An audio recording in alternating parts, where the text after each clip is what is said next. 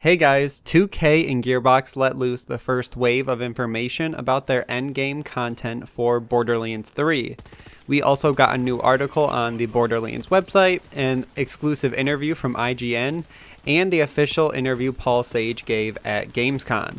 I'm going to break all these down and just give you guys the highlights about what you need to know. Going into this, there are slight spoilers, and this is a piece of endgame content, so if you want to go into Borderlands 3 not knowing anything, do not finish the video or click off now. Make sure to follow me on Twitter at HayderHype, and let's get right into it. Let's start with the Gamescom first look and play the clip, then I will break it down and go into my thoughts.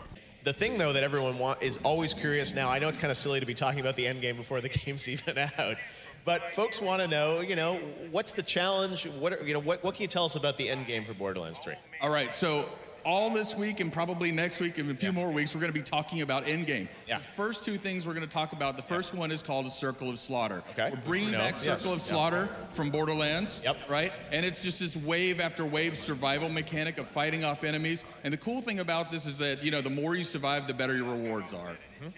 And there's more, though, right?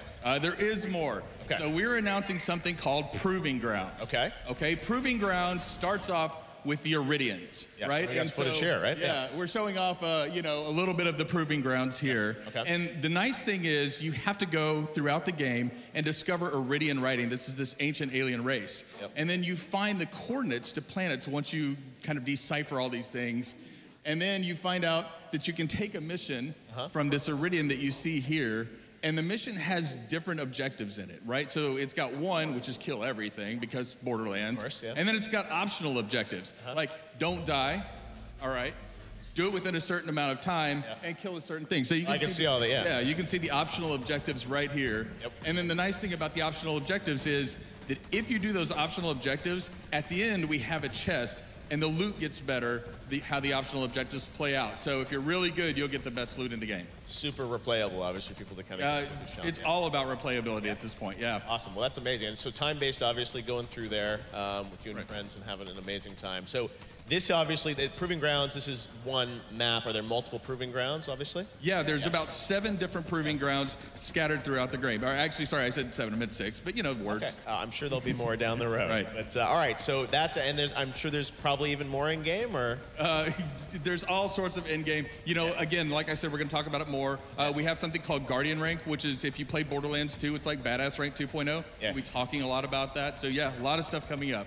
All right, well, we don't have to wait long for Borderlands 3, but it's so awesome to see Proving Grounds. And when can we check it out, Paul? You will be able to check it out on Friday the 13th. That's September 13th, 2019. I hope everybody is there. Oh, yeah, and I'm sure you're going to have it playable here at Gamescom, so everyone will be checking it out, right? Yeah. All right, Borderlands 3, the guys from Gearbox. Paul, thank you so much. Thanks again. So just a few of the highlights I want to mention. Endgame details will be shared more within the next few weeks. It probably will include DLC, raid bosses, and just other farming that can be done. We do know that Take-Two Interactive already said DLC details were supposed to be shared at Gamescom. Now it looks like they might be shared at a later date, so we'll just have to wait and see if something happened with development or if it had to be pushed back for other reasons. In this clip, not too much information was shared about the Circle of Slaughter, most likely because it just shares similar mechanics we have already seen in past Borderlands games. But they do say the Circle of Slaughter is endless, and the longer you want to go in there, the better the loot will be, the longer you can survive. We got a few more details on the website that I will share next. The last thing though I want to talk about is he mentions discovering Eridian writing, then using that to find other planets. He ties that into saying that there are 6 different Proving Grounds scattered throughout the game.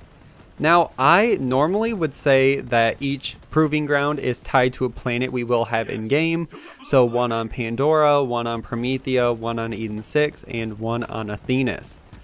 I doubt that they would put these Proving Grounds on their own planet, like some side planet we would travel to, but his wording is confusing, and I'm not 100% sure on that. If they are tied to planets we already have established, that would mean that instead of the 4 playable planets they have announced currently, or the 5 playable planets which came from leaked information, that instead we could have up to 6 playable planets in Borderlands 3, each having their own Proving Ground. Obviously, it's not confirmed, and we aren't too sure about it because the wording is confusing, but it really could be exciting that they still haven't shown off 2 planets for us. That's really all I want to say about Gamescom. Let's move into a few details from the Borderlands website, which also finally confirms that Mr. Torgue will be returning, at least in voice form. So the first part of the article covers the updated Circle of Slaughter with more details. I'll just read it because I think that's the easiest way to talk about it. So it says, quote, "If you're the type of Vault Hunter who loves a challenge, Borderlands 3 lets you test your skills to score some top-tier loot in the crucibles of the all-new Proving Grounds in the returning Circle of Slaughter arenas." Gearbox creative director Paul Sage announced these Borderlands 3 features in conversation with Jeff Keighley during Gamescom's opening night live show in Cologne, Germany, revealing how these rewarding and highly replayable missions work. So they start with the Circle of Slaughter. It says, quote, "Throughout Borderlands 3's journey across the solar system, you'll find Circle of Slaughter arenas sponsored by the combustion-obsessed weapon manufacturers at Torgue. Once you've signed up for a Circle of Slaughter, it's do or die. If you're downed and no one's around to revive you, your run is officially over and you can say goodbye to a big payout. You'll be up against an army of enemies who attack in droves across 5 rounds with multiple waves each, blasting everything that moves until no bandit, bot, or hostile beast is left standing. All the while, your delicate ears will be graced by the expletive-filled hollering of Mr. Torgue himself, who provides some extremely colorful commentary and doesn't tolerate failure. If you're hoping to impress Mr. Torgue and his impossibly massive pecs, you can show off some flair by completing bonus objectives like racking up kills via melee attacks, ground slams, or if you really want to pander to your target audience, grenades. And then they end with explosions. So as I said, this does confirm that Mr. Torgue will still have some role to play in his company and has not yet been replaced in the time jump between Borderlands 2 and Borderlands 3. It really doesn't say too many other details. We've seen these before, but now hopefully it gives us better loot than just guaranteed Moxie weapons like in Borderlands 2. Moving on to the second part of the article, it covers the Proving Grounds. It says, quote, "Later in the campaign, you may be worthy of taking part in the Proving Grounds, themed gauntlets guarded by an Eridian known as the Overseer, who wishes to test your mettle on behalf of the mysterious masters. Proving Grounds are races against the clock, tasking you with blitzing your way through 3 arenas filled with baddies and beating the boss in 30 minutes or less. If you complete your chosen trial quickly and efficiently, you'll earn better bounties. And for even greater rewards, you can complete bonus objectives like beating the Proving Grounds without dying, completing it within a certain amount of time remaining, or managing to find and eliminate an elusive fallen guardian who roams the area. The chest that awaits at the end of the Proving Grounds always contains valuable loot, but you'll need to display true mastery if you want the best rewards."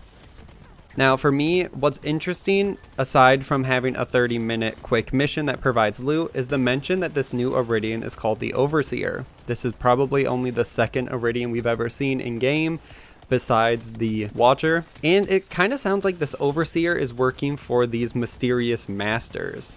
This could have something to do with Seraphs potentially, or even stronger Eridians. During the Gamescom panel, Paul did tease that there would be a little bit of lore tied with the Proving Grounds, and I wonder if learning more about the Masters and the Eridians is what he was alluding to. That's really all I want to say about that though. Now let's move to the exclusive IGN interview with the lead level designer for Borderlands 3. Let's play this clip and then we'll break it down for the last time. Proving Grounds are a series of maps that we're adding in Borderlands 3 that let players just kind of go in, kill a bunch of stuff, get some loot and get out. So each map is broke up into 3 sections and then capped off at the boss fight. Each of those sections you have to clear waves of enemies, and after you clear them, you're given the green light to go forward to the next one. And then at the end, you beat the boss, and based on your time, you'll get extra reward at a special chest that is only found in the Proving Grounds. They're basically themed by the type of combat you're gonna come across. So some of them are mixed up with different kinds of creatures, others are based on the different armies and enemies that you see across the game and kind of remixed into fun different ways. Each starts with 30 minutes and you can beat them totally in 30 minutes. So really it's about how quickly can you do it. It's not about will you do it in time. But the better you do, we kind of go to that loot chest at the end and say, oh, you did it this quickly. We're gonna, spike up that chance for a good piece of loot, just a bit more. The Combat itself is kind of randomized. That's kind of the Borderlands magic. Every time you play, you're going to see something a little different. But going into it, you'll have a good idea of the types of enemies you're going to see. So you can go in prepared, but you still got to stay on your toes. Our creative director, Paul Sage, kind of pressed me into thinking of a way, how can we get players into the game, into combat fast, and get them reward without having any narrative or a lot of narrative. Sometimes you've got like 20 minutes and you just want to get in and kill some stuff, get some loot and get out. And this is really to kind of scratch that quick itch that you can just have your immediate reward. If you play well, you're going to get a better loot chest at the end, and you're incentivized to play well so that you can, you know, inch up that percentage chance of getting an orange or getting whatever kind of gear you're looking for.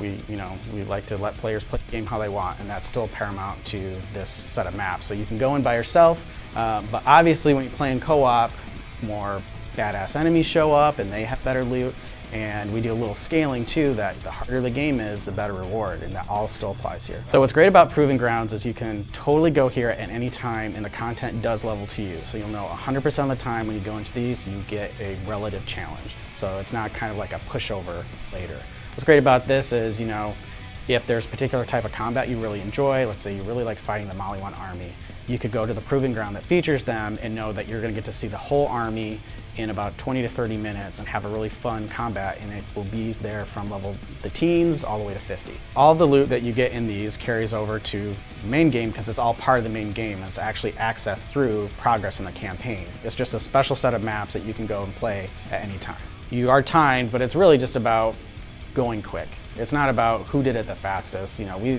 we want everyone to feel like they have a chance for success, totally go to another level, do some other side missions, hopefully go to the Proving Grounds, screw off a little bit, and then be like, okay, now I'll get back into the story.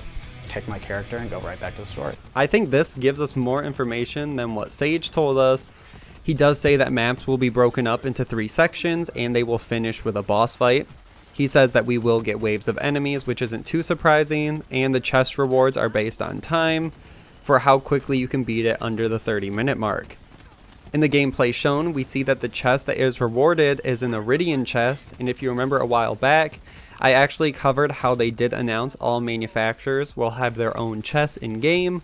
We've seen Jacob's chest already, the Golden chest, Maliwan chests, and now Eridian. The Eridian ones look amazing, and I can't wait to see the others. He also said that the Proving Grounds enemies will be based on the planet they are on, which decides what armies you face, enemies, and other things like that. So if there are enemies that you really like, you can go to a certain Proving Ground and just fight more and more of them. Goes on to say it will be slightly randomized, which is nothing too crazy, and that it will always scale to the player, which is pretty cool, and why with the gameplay that we have seen released, levels can vary, and why this endgame content can be played at level 25 or level 30, just because it will always scale to you, so you don't have to worry about being a certain level to jump in and grind out to kill some enemies and get some gear. The last thing they say is that this is fully solo, but will get harder with more players in the game, but more players give a better reward. When asked about this on Twitter, K6 also confirmed that this mode is fully solo viable, so this endgame will not only be for people who play in groups, and this will be what seems like a pretty good dedicated solo endgame content. It reminds me a lot of Digistruct Peak, and I've seen a lot of comments already comparing it. So just for closing out thoughts, I never thought we'd be getting news about the endgame of Borderlands 3 before release. It sounds really exciting, but I probably could have lived without the endgame reveal and had Gearbox keep more of the game a surprise. Overall though, that's where I'm going to end this video. Make sure to like and share, subscribe for all things Borderlands, and I will see you guys in the next one.